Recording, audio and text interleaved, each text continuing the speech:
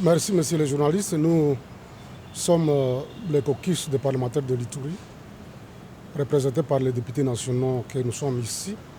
Nous sommes venus rencontrer le Premier ministre pour essayer d'évaluer l'état de siège qui a été proclamé en Ituri et au Nord Kivu.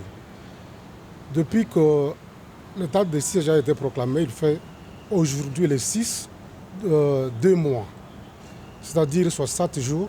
Il a fallu qu'effectivement, avant que nous puissions rentrer en vacances parlementaires, nous puissions venir évaluer avec le Premier ministre ainsi que quelques membres du gouvernement concernés l'état de siège, qu'est-ce qui a marché, qu'est-ce qui n'a pas marché et qu'est-ce qu'on peut renforcer encore davantage. Donc, à ce jour, toutes les autorités militaires, policières ou judiciaires, ainsi que territoriales, affectées en Ituri pour cette fin, sont installées.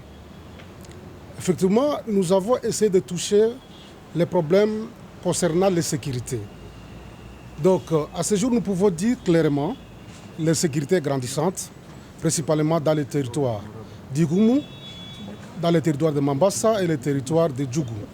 Il y a des groupes armés étrangers, dont ADF Nalou, les groupes armés locaux qui sont encore actifs en Ituri. Quant à ce qui concerne le fonctionnement des juridictions militaires, il est vrai que nous avons bénéficié de l'implantation de la cour militaire en Ituri. Donc à partir de maintenant, nous considérons que la cour l'Ituri ne dépend pas de la compétence de Kisangani, mais à sa propre cour militaire.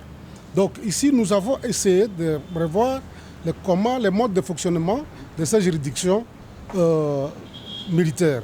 Nous avons demandé à Madame la ministre d'essayer de revoir les compétences liées à ces juridictions, puisque l'ordonnance du chef de l'État est claire. L'ordonnance du chef de l'État ne donne que les compétences pénales aux juridictions militaires. Donc pour nous, nous supposons que les juridictions civiles devraient continuer à exercer leurs activités dans les matières à caractère civil, dans les matières à caractère administratif ou en matière commerciale. Donc c'est ce que nous avons essayé de demander auprès de Madame la ministre d'État pour qu'elle puisse revoir un peu les modes de fonctionnement de la justice en Ituri. En plus de cela, nous avons demandé aussi la collaboration entre la population et les autorités qui sont implantées là-bas.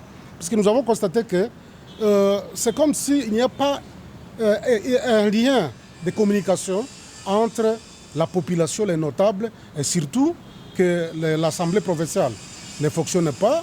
L'ordonnance a suspendu les activités de l'Assemblée provinciale qui malheureusement, même aujourd'hui, les députés provinciaux ne sont pas payés. Donc nous avons déploré ces problèmes. En plus, dans le cadre de sécurité, nous avons soulevé et surtout, nous voulons vous informer que nous sommes venus prendre acte du compte rendu du gouvernement du 11 juin 2021 ayant reconnu les Hutus rwandais appelés Banyabwisha comme alliés fidèles et criminels des ADF Nalou. Donc pour nous, les stratégies, on ne peut pas les définir ici, mais quand l'ordonnance a proclamé l'état de siège, la première stratégie, c'est une stratégie militaire. Deuxième stratégie, c'est la mise en exécution des programmes DDRC. Donc DDRC, c'est un programme qui permettra à ceux des miliciens qui voudraient quitter la brousse volontairement de revenir dans la vie civile ou d'aller faire l'armée selon sa propre volonté. Donc voilà, le Premier ministre nous a promis, par rapport à tout ce que nous lui avons dit, alors nous l'attendons à l'œuvre et aux actes, et nous sommes confiants, il le fera. Merci.